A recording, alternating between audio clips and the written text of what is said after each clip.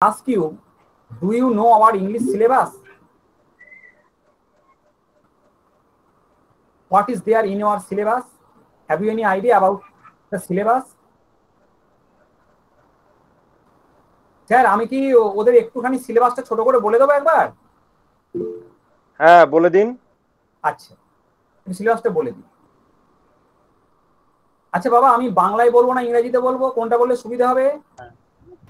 Sir বাংলাতে বলুন। Okay sir বাংলাতে বললে সুবিধা হবে। স্যার এখান থেকে কোনো স্ক্রিন ভিডিও করা যাবে না? স্যার বাংলায় করলে স্যার ভালো হয়। Okay, as it is an English class, I have to use English word, but for your understanding, realization, I must translate into English. But first of all, you try to what I am saying and try to me converse or contact with me with your English, whatever it may be. There is nothing wrong and there is nothing right.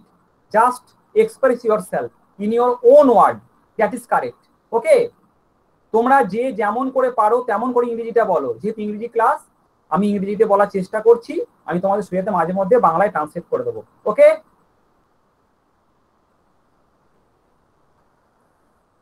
First of all one thing I want to discuss the matter of syllabus. As it is class 12, there is 100 marks. 100 নম্বর আছে। The 100 marks is divided into two major parts. One is theory and another is project. একটা আছে আমাদের project part আর একটা আছে theory part. Theory part is of 80 marks, 80 নম্বরের।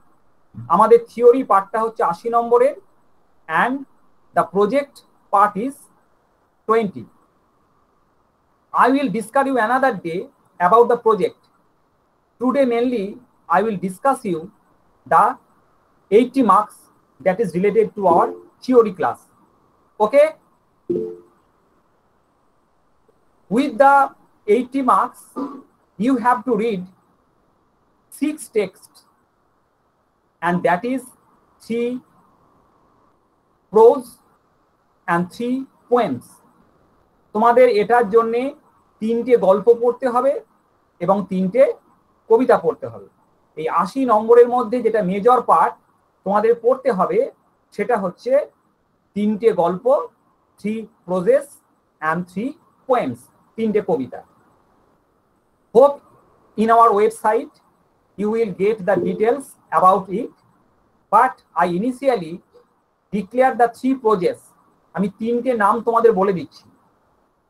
First of all, 3 questions written by Leo Tolstoy. The Parrot's Training written by R.N. Tagore or Rabindranath Tagore. Please shut your camera. Sir directed you not to open your camera. Chandan Mohanto, please. Hello sir. Close your video. Hello sir আমি চন্দন বলছি। হ্যাঁ sir already বলেছেন যে video on না করতে, please ভিডিওটা of করো। তাহলে প্রথম আমরা পাচ্ছি 3 কোয়েশ্চেন। অডিও অফ করে দেবো? হ্যাঁ অডিওটা অফ করো, যখন বলবে তখন বলবে, আদারওয়াইজ এটাকে মিউট করে রাখো। স্যার তো বলে দিয়েছে। ঠিক আছে স্যার, ঠিক আছে স্যার। স্যার যেভাবে বলেছেন স্যারকে ফলো করো, it is for your benefit, তোমরা ভালো করে ক্লাসটা করতে পারবে সেই জন্য। ওকে নাও স্টার্ট। তাহলে আমরা 3টে গল্প পড়ছি, তার মধ্যে একটা হচ্ছে 3 questions written by Leo Tolstoy, যেটা লিও টলস্টয়ের লেখা। Another is the parrot's training written by R.N. Tagore, Rabindranath টেগোরের লেখা তোতা কাহিনী, যেটা ইংরেজি ট্রান্সলেট হচ্ছে the parrot's training. And the face of Judas Iscariot. Actually, the writer is unknown to us, but yet one name, that is Bonnie Chamberlain. Why is the writer Bonnie Chamberlain? We will discuss when we will teach you the lesson. আসলে এটা actually বনি চেম্বারলিনের লেখা নয়, অন্য একজন লেখক, কিন্তু কেন তার নামটা বলা হয়েছে আমরা যখন টেক্সটটা পড়াবো তখন বলে দেবো। তাহলে তিনটে টপিক আমরা পেলাম, একটা হচ্ছে 3 কোয়েশ্চেন্স, 2 হচ্ছে parrot's training, and number 3 is the face of Judas Iscariot. There are 3 poems. তিনটে পোয়েমের মধ্যে the first poem is I remember, written by Thomas Hood. Next one is Break, written by Lord Tennyson. And finally, the Send Off, একটা কবিতা written by Wilfred Owen. তাই তোমাদের কি পড়তে হচ্ছে? তিনটে গল্প আর তিনটে কবিতা, আর এর সঙ্গে রয়েছে কিছুটা গ্রামার। আমি গ্রামারের সিলেবাসটা পরে বলবো, এবং আমাদের রয়েছে রাইটিং, আমি রাইটিং এর সিলেবাসটা পরে বলবো। তাহলে আজকে মেনলি যেটা আমরা আলোচনা করছি সেটা হচ্ছে তিনটে গল্প এবং তিনটে কবিতা। এই তিনটে গল্প এবং তিনটে কবিতা থেকে তোমাদের প্রশ্নগুলো থাকবে, যেখানে এমসিকিউ থাকবে, শর্ট কোয়েশ্চেন থাকবে এবং ব্রড কোয়েশ্চেন থাকবে। তো সেইটা মাথায় রেখে আজকে আমি তোমাদের একটা কবিতা শুরু করব, দ্যাট ইজ আই রিমেম্বার। তোমাদের সঙ্গে তোমাদের বইগুলো আছে? হ্যাঁ আছে। হ্যাঁ স্যার আছে স্যার। ওকে, আছে স্যার। আচ্ছা, হ্যাঁ স্যার। আমি কবিতাটা পড়ার আগে আমি তোমাদের সঙ্গে একটু গল্প করব। তোমরা দেখো, এই যে আই রিমেম্বার মানে what do you mean? I remember means what? আমি মনে করছি মানে কি মনে করছি? হোয়াট কেন রিমেম্বার? তোমরা কোনগুলো মনে করতে পারো?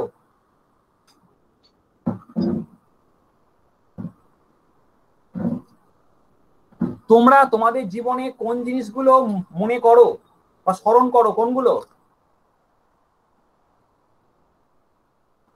স্যার অতীতের কথা, স্মৃতির কথা। Exactly so. Actually, what is past, we can remember. তাহলে যেটা আমাদের অতীত, যেটা আমাদের সঙ্গে হয়েছে, আমরা সেইগুলোকে স্মরণ করি। তাহলে ইউ ক্যান ইজিলি আন্ডারস্ট্যান্ড, তোমরা সহজে বুঝতে পারছো, that the poet Thomas Hood here remembers his past, তার অতীতকে স্মরণ করছেন, তাই তো? তাহলে এই কবিতায় আই রিমেম্বার, এই কবিতায় কবি অ্যাকচুয়ালি কি করছেন? রিমেম্বারস, অতীতের কথাকে স্মরণ করছেন। এক্স্যাক্টলি সো, রিমেম্বারস হিজ পাস্ট, তার অতীতকে স্মরণ করছে। তো অতীতের মূলত আমরা কোন জিনিসগুলো স্মরণ করি, যেগুলো খুব বেদনাদায়ক না খুব আনন্দের? কোনগুলো? বেদনাদায়ক এবং স্যার আনন্দের, দুটোই স্যার।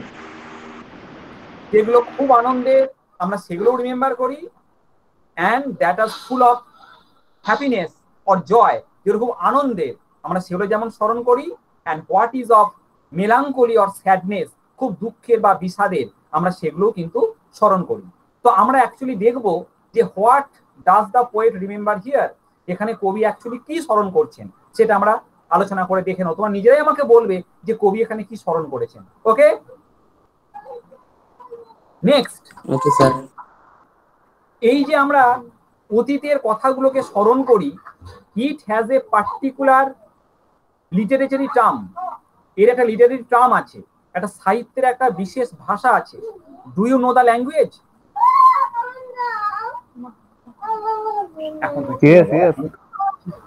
কি, what is the word?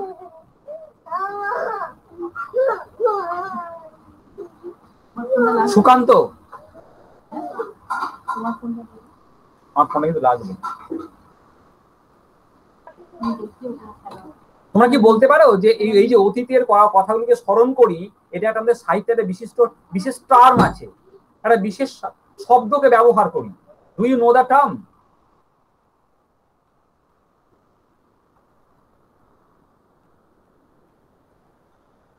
Anyone? Okay. Yes, sir. Remember? Yes, remember, obviously remember, but there is a particular term that is used in our literature to remember the past. Okay. Emotion, sir. Please. Emotion. Okay. I am sharing. There are two words. One is nostalgia and another is reminiscing. অর্থাৎ you are remember the past. তো this poem, in this poem the poet remember his past. এই কবিতায় কবি তার অতীতকে স্মরণ করছেন। That's why the poem is a particular type of poem and the poem is called a nostalgic poem. Can you easily understand what is nostalgia? তোমরা কি বুঝতে পারলে যে নস্টালজিয়াটা আসলে কি? না স্যার। নস্টালজিয়া হচ্ছে যখন আমরা অতীতের কোনো ঘটনাকে স্মরণ করব, অতীতের কোনো বিষয়কে আমরা স্মরণ করব, সেইটাকে আমরা বলি নস্টালজিয়া।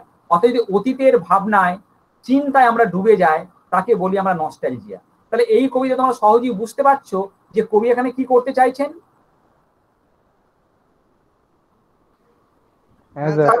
তার অতীতের কথাকে স্মরণ করতে চাইছেন।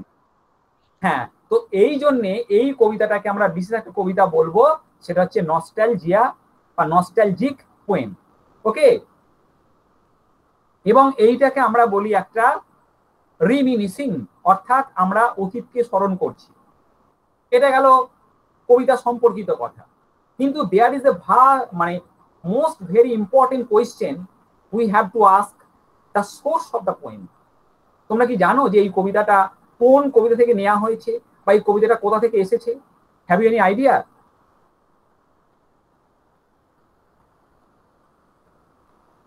If possible please note it. আমি যেটা বলছি যদি সম্ভব হয় এটাকে তোমরা নোট করো, কারণ এইগুলো প্রশ্নের ক্ষেত্রে আসবে। তাহলে আমি প্রথমেই বলেছি এটা হচ্ছে একটা নস্টালজিক পোয়েম। এই কবিতাটাতে কবি তার ফেলে আসা দিনগুলোর কথা স্মরণ করেছেন, এবং এই কবিতাটা first published in the year 1826। প্রথম প্রকাশিত হয়েছিল 1826 সালে in a collection of poem, একটা সংকলিত গ্রন্থের মধ্যে দিয়ে, কাব্যগ্রন্থের মধ্যে দিয়ে, যার নাম ছিল ফ্রেন্ডশিপস অফারিং। আমি চ্যাট বক্সে দিচ্ছি।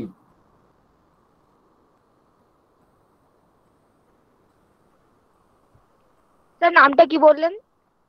আমি চ্যাট বক্সে দিচ্ছি, দেখো তোমাদের সুবিধার্থে। জাস্ট এ সেকেন্ড বাবা।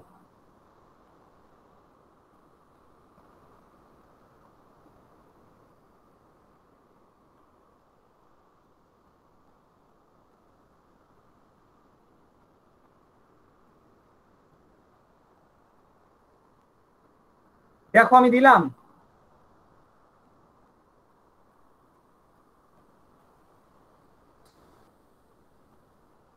কি দিলাম?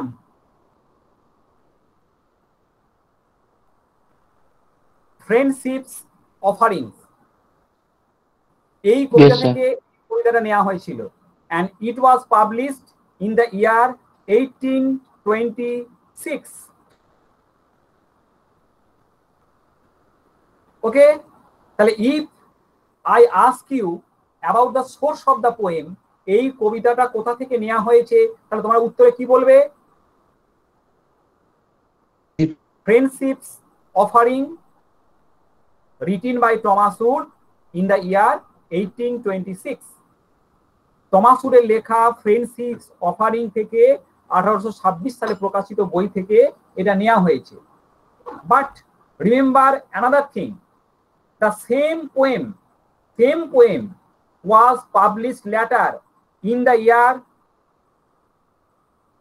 1827, just after 1 year। এই কবিতাটা আর একবার একটা বইয়ে প্রকাশিত হলো, যেটা হচ্ছে লংম্যান বলে একজন বিখ্যাত লেখক ছিলেন, তার একটা বিখ্যাত প্রকাশিত হয়েছিল, বই প্রকাশনা হয়েছিল, যে বইটার নামটা আমি তোমাদের চ্যাট বক্সে দিচ্ছি, দেখো দিচ্ছি।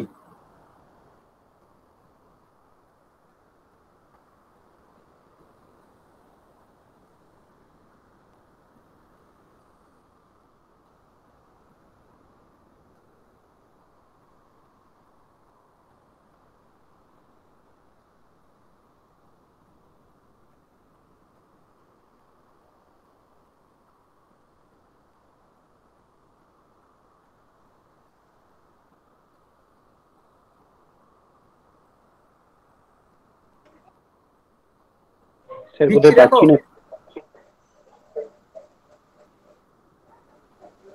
মলয় ভিডিও মিউট করো। Malay Bag. The plea Malay Bag. of the midsummer fairies. The plea of the midsummer fairies. Malay Long video man- mute করো। ওকে।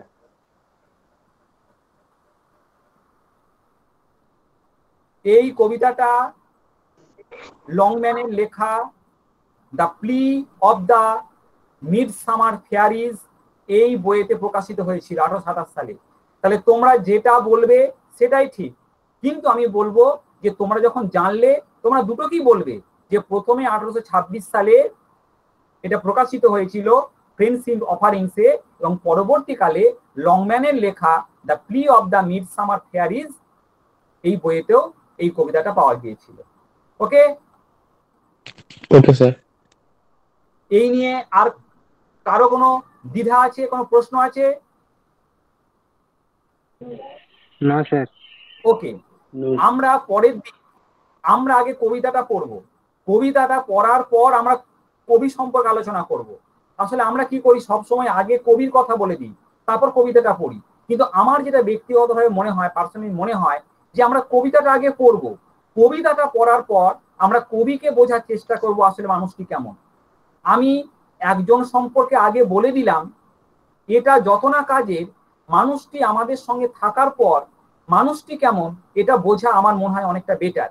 সেই জন্যে আমি প্রথমেই কোনো কবির কথা বলবো না, আমরা শেষের দিকে কবিতাটা পড়ার পর আমার কবি কেমন মানুষ, কি ছিলেন, কি লিখতেন, তার সম্পর্কে আমরা একটু মূল্যায়ন করার চেষ্টা করব আমাদের পয়েন্ট অফ ভিউ থেকে, আমাদের মতো করে। ওকে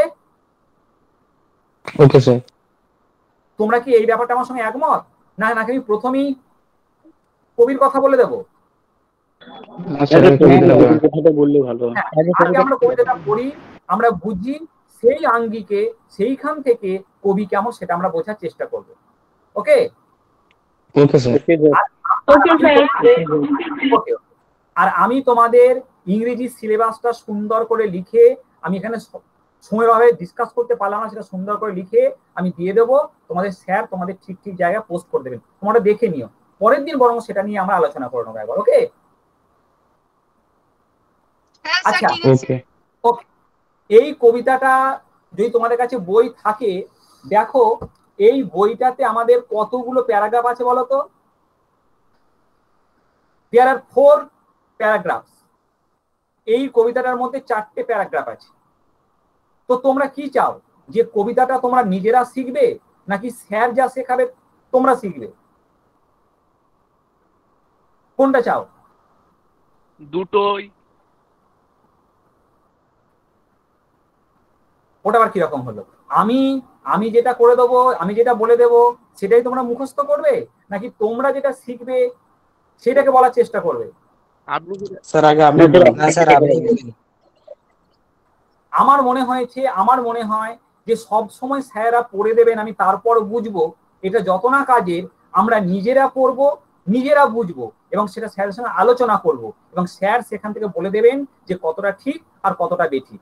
আমি চাই যে আমার প্রত্যেকটা ছেলে মেয়ে তার নিজেরা অংশগ্রহণ করুক, নিজেরা পড়ুক, নিজেরা বোঝার চেষ্টা করুক, তাদের পয়েন্ট অফ ভিউ শেয়ার করুক। আমি শুধু যে জায়গাগুলো ঠিক বা ভুল আমি সেই শুধু তোমার সঙ্গে আলোচনা করে নেবো। ওকে ঠিক আছে স্যার। ঠিক আছে। আচ্ছা, আমি তোমাদের মধ্যে থেকে যে কোনো একজনকে আমি বলবো যে তোমাদের যদি বইটা থাকে তাহলে প্রথম প্যারাগ্রাফটা আমাদের ওখানে কত লাইন আছে? 8 লাইন আছে। তো এই 8 লাইনটা আমাকে একটু পড়ে শোনাতে পারবে? হ্যাঁ স্যার। কে পড়ছো?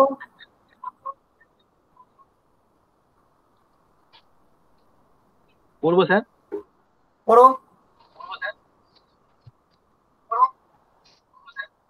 Please. I remember.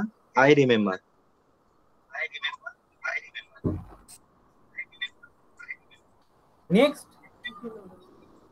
The house where I was born. Next. The little window where the sun. Next. Came peeping in at morn. Carry on, বলে যাও, থামার প্রয়োজন নেই। He never came a wink too soon, nor brought too long a day. But now I often watch the night had borne my breath away. আচ্ছা আরেকবার Yes. পড়ো তো দেখি প্লিজ, আরেকবার।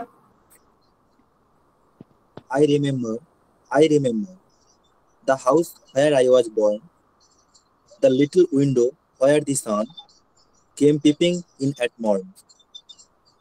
He never came a wink too soon, nor brought too long a day. But now I often watch the night had borne my breath away.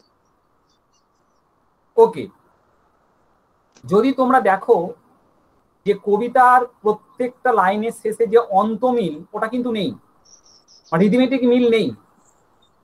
কবিতাটা ও সুন্দর করে পড়েছে, খুব ভালো পড়েছে, তবু কয়েকটা জায়গায় একটু মিস করেছে। আমি একটু জাস্ট বলে দিই, দেখো, আই রিমেম্বার, হু রিমেম্বার্স। এই যে I remember, I is who, এখানে আমিটা কে? The poet. Poet. I remember. Why does the poet repeat the word I remember? উনি তো একবার বললেই পারতেন, কিন্তু এই কথাটাকে দুবার বলছেন কেন? Why the poet repeats the word? কবি এই কথাটির উপর জোর দিয়েছেন, তাই কবি এই কথাটি বলেছেন। Exactly so. The poet gives emphasizes on his nostalgia. তার অতীতের কথার উপরে এখানে কবি জোর দিতে চাইছেন, সেই জন্য the poet repeats the word I remember. Very good. তাহলে next I read, I remember.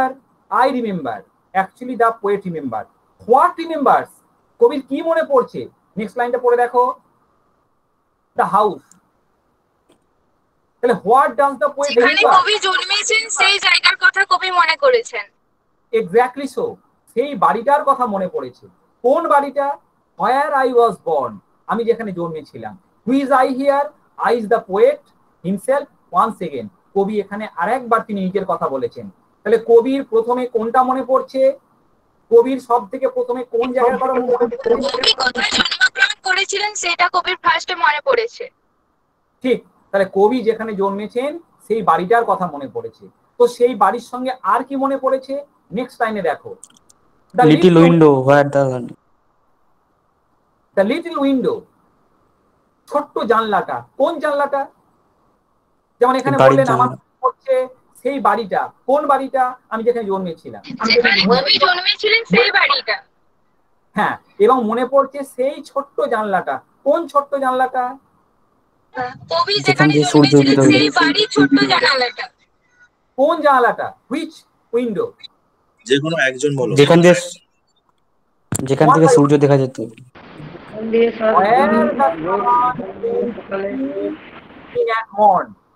Where the sun came peeping in at morn. তোমরা ছোটবেলায় একটা সুন্দর করে তোমরা কবিতা পড়তে, দেখো, ভোর হলো দোর খোলো ফুকুমণি ওঠরে। কবিতা পড়েছো?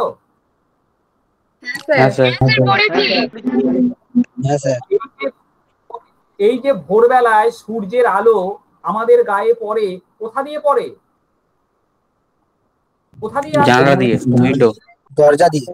তাহলে এই জানলা দিয়ে আবারও সূর্যের আলো কবির গায়ে এসে পড়ছেন, কিন্তু কেমন করে? Peeping. What do you mean by peeping? Peeping মানে কি জানো? না স্যার। পিপিং মানে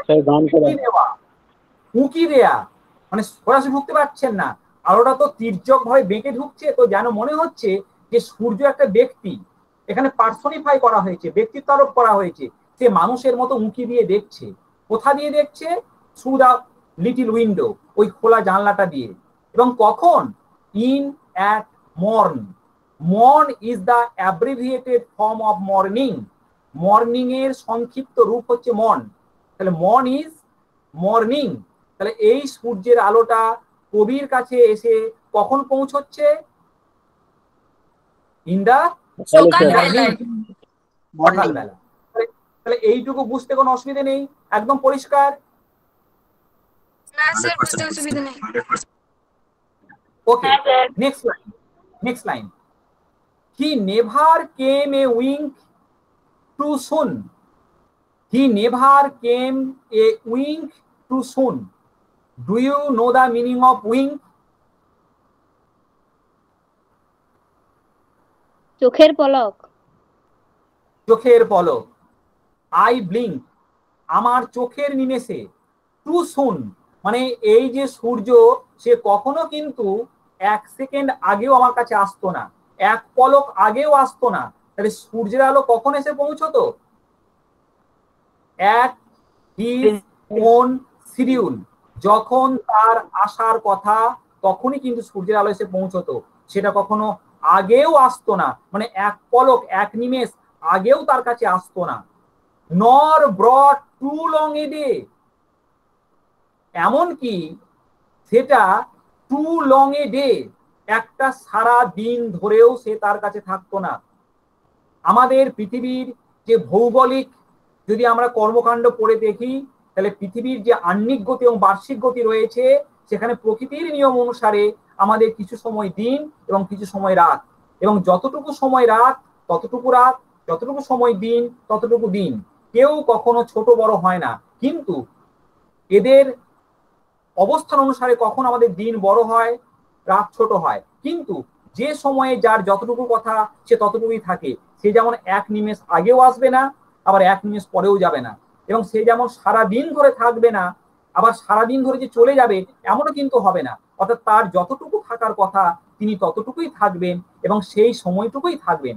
সেটাই বলছেন যে he never came a wink too soon, তিনি কখনো 1 নিমেষ আগেও আমাদের কাছে আসবে না। নর ব্রট টু লং এ ডে, এমনকি সারা দিন ধরেও সে আমাদের কাছে থাকবে না। তাহলে কবি অ্যাকচুয়ালি কাকে ভালোবাসেন? রাত্রিকে না অন্ধকারকে? কবি কাকে ভালোবাসেন? রাত্রিকে না অন্ধকারকে?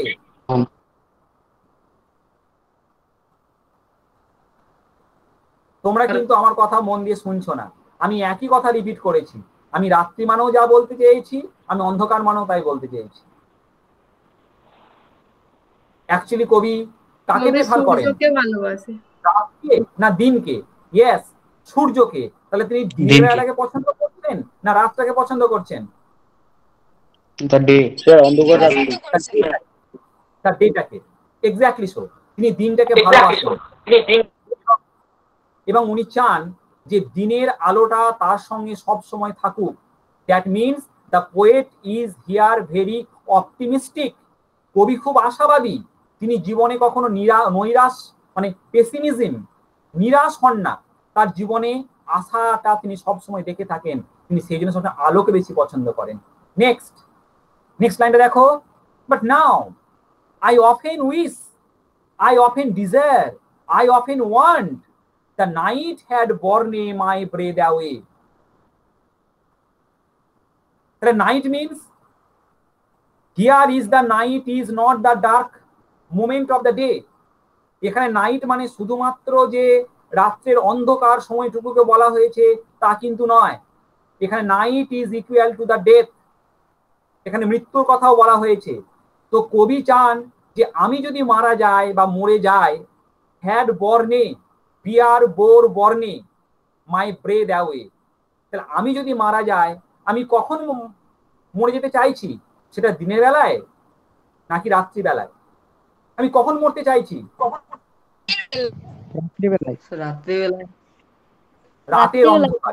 রাতের অন্ধকারে। তিনি চান যে আমি সারা দিনটাকে এনজয় করব এবং দিনটা শেষ হওয়ার পর যদি আমার মৃত্যু আসে, যদি আমার জীবন চলে যায় আমার কাছ থেকে, সেটা কখনো যেন দিনের বেলা যায় না, সে যেন রাতের মধ্যে দিয়ে যায়, রাত্রিকালে যায়, যাতে করে তিনি দিনের সমস্ত সুখটুকুকে তিনি এনজয় করতে পারেন এবং উপভোগ করতে পারেন। তাহলে ফার্স্ট প্যারাগ্রাফে কবি জাস্ট এইটুকু স্মরণ করেছেন। আরেকবার তোমরা দেখে নাও, আমি পড়ছি। I remember the house where I was born, the little window where the sun came peeping in at morn. He never came a wink too soon, nor brought too long a day, but now I often wish the night had borne my breath away. তাহলে এইটুকু থেকে তোমরা কি কি জানতে পারলে? একটু please share. এখানে কবি ঠিক কোন কথাটুকু বললেন প্লিজ একটু তোমাদের শেয়ার করো।